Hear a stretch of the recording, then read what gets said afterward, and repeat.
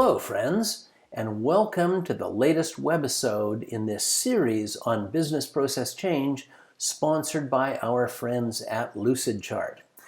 In this installation, I'm going to pull back from looking at detailed techniques and instead look at how they stitch together into the methodology that I've been refining for more years than I like to recognize. Now, this webisode, just like the previous one, was helped out by my wife over coffee at the beach. She asked me, could I walk through the key points of the methodology, just off the top of my head. So I set out 7 stones representing the 7 phases in the methodology, and I walked through them, showing how they collectively set our scope and objectives, understand the as-is, and help design the to-be. And going through this helped me realize that what I really wanted to emphasize is that even though this methodology looks straightforward, maybe even obvious, there are some subtle and important points that I want to highlight. And the key features in this methodology came out as a response to the problems I would see most commonly, both when I was new to this, but I still see when I'm called into clients to do project recovery work. And here's one of the common issues: premature diagnosis of the situation. My hardest consulting assignments are the ones where the client has already done a problem statement. So please don't formalize that too soon. Yes, there will be some goal or issue, but you don't want to nail it down and commit to it until you've taken a look at the bigger picture. Otherwise, you end up with an organizational focus. Second common problem, failure to identify true end-to-end processes. So we're going to apply the rigorous techniques we looked at in the first 2 webisodes. And finally, a common problem is a rapid descent into unhelpful detail. So we're going to focus on the idea of clarifying the big picture first, and then taking a controlled descent into progressive levels of detail. Now, those are some of the things I deliberately built in. There's other points that I built into the method, but I didn't really realize the significance until clients pointed them out. For instance, in recent years, I've had clients tell me that they like the methodology because it builds support for change. And a program manager recently said, what we like is that support for change is built in throughout the methodology, bringing everyone along for the journey. And another point that actually was a bit of a surprise to me was when I was running a process change session. We had identified some key features of the to-be process, and one of the participants said, "This is great. We don't have to implement this as a big bang. We can implement feature by feature," which was something I hadn't realized. But that makes this more agile and iterative. And frankly, it just makes it faster, feature by feature, plus starting with the big picture, which avoids a lot of rehashing. So we're going to look at all of these techniques in future webisodes. Let's dive in now and take a look at the first phase of the methodology, which is to build the big picture, identify and scope our business processes. It's not where I used to start early in my career, and it's not where a lot of people start. Usually, people start too quickly into doing detailed flow modeling. I ran into all kinds of issues when I was doing that. Questions about where does the process begin, where does it end? And so I learned to go back and clarify scope and context. So whether it's a new initiative or project recovery, I always first develop a process scope model, then develop a process summary chart.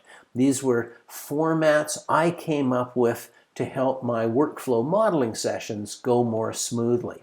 Now, we looked at those more closely in the webinar in the first 2 webisodes, so right now, just a quick reminder. Our scope model describes what the process is using the track framework that we have looked at, and then we put it into context with a summary chart that has a simplified view of what, and then also shows us who is involved and how the process is supported.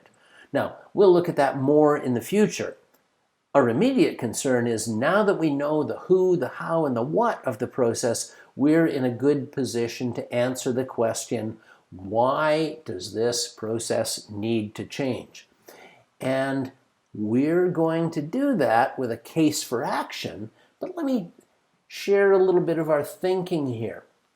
When I saw that word, why does the process need to change, that made me think of Simon Sinek's best-selling book, Start With Why, when he helps us understand that people and organizations don't choose who they're going to deal with because of what they do. It's just as much why. What are the values? And then we go through the how and the what.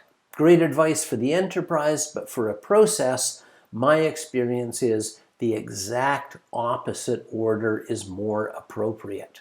What is the process? Who and how, and then why does it need to change? And we are going to answer that question, why does it need to change, with a more nuanced form of problem statement called a case for action. It has 3 parts. The first is a stakeholder-based assessment, which makes it real, shows that all stakeholders have issues. Second, we make it blame-free by establishing context, what has changed in our environment that caused these problems to surface. And finally, what are the consequences of just leaving the status quo in place, which can help to make it compelling. Now, we're going to go on to the point where a lot of people start with the as-is modeling. And I'm going to extend our scope model here by creating an augmented scope model which adds detailed activities in what form, verb noun, within each major activity, and then I'm going to add the who and the how. Which actor performs this step using what tool or system, if at all. And often, that's good enough. We don't need to do detailed modeling. We know enough about the as-is. But if we do need to go in and model the initial workflow, I'm going to emphasize simplicity, so everybody can be engaged, and also making the flow visible, because we're looking at the overall process, not procedural level details. So the goal here is understanding the as-is, not documenting it in excruciating detail.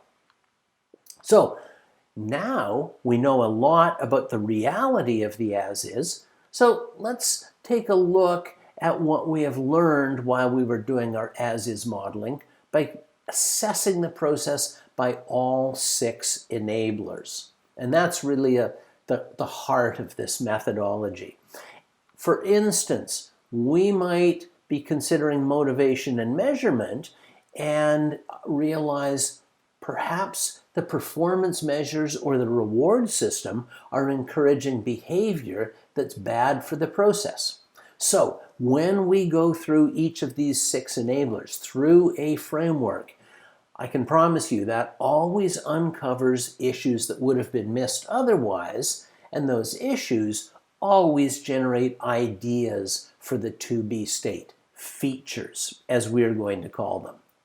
So let's take a look at these next 2 phases, where what we want to do is take the issues that were identified during the assessment by enabler and the improvement ideas that also came out of that, and we're going to decide which are going to be elements of our future state process. Some we might say, nope, not going to go any further with that. Others are important enough that we will select them as features, a significant change or improvement, or a significant factor in an all-new process. And then we're going to apply the concept of enablers again on each feature. So we'll assess each feature in a matrix and ask what changes are needed, enabler by enabler, to make this feature work. So for instance, we might realize that direct service order by customers, that might have some implications on the commission earned by the sales rep. Will they get full commission or partial commission? And thinking this through in advance is really all about avoiding unanticipated consequences. And now we know enough about what we want to see in the future state process that we can start to lay out the future state workflow. And again, we're going to follow this idea of what first, who and how next. So we will determine the essential activities, then lay them out in their essential sequence, showing real, not imagined dependencies before we factor in who is going to perform each activity and how. Is it manual? Is it a person using a system? Is it entirely automated? Then we're going to be able to link those activities into a first cut swim lane diagram, and only then will I factor in non-value added but still necessary activities such as record keeping and approval. So the basic idea here is we're going to lay out our new process around the essence, not around approval and inform paths, and we are not going to prematurely determine the who and the how. So that, in 12 minutes or so, is our 7-phase methodology for process change. And I want to close with a couple of thoughts. One, no, I'm sorry, you can't take best practices from some other organization and leap right into the design of the 2B. You need transparency and involvement, and all of your people, all the impacted people, to come along for the journey. As a client of mine said recently, you can't skip the therapy. So, a phrase I often use is that simple but not simplistic techniques, rigorously but not rigidly applied, help us accomplish much more than we might have imagined in a short period of time. So, there you have it, our 7-phase methodology for process change.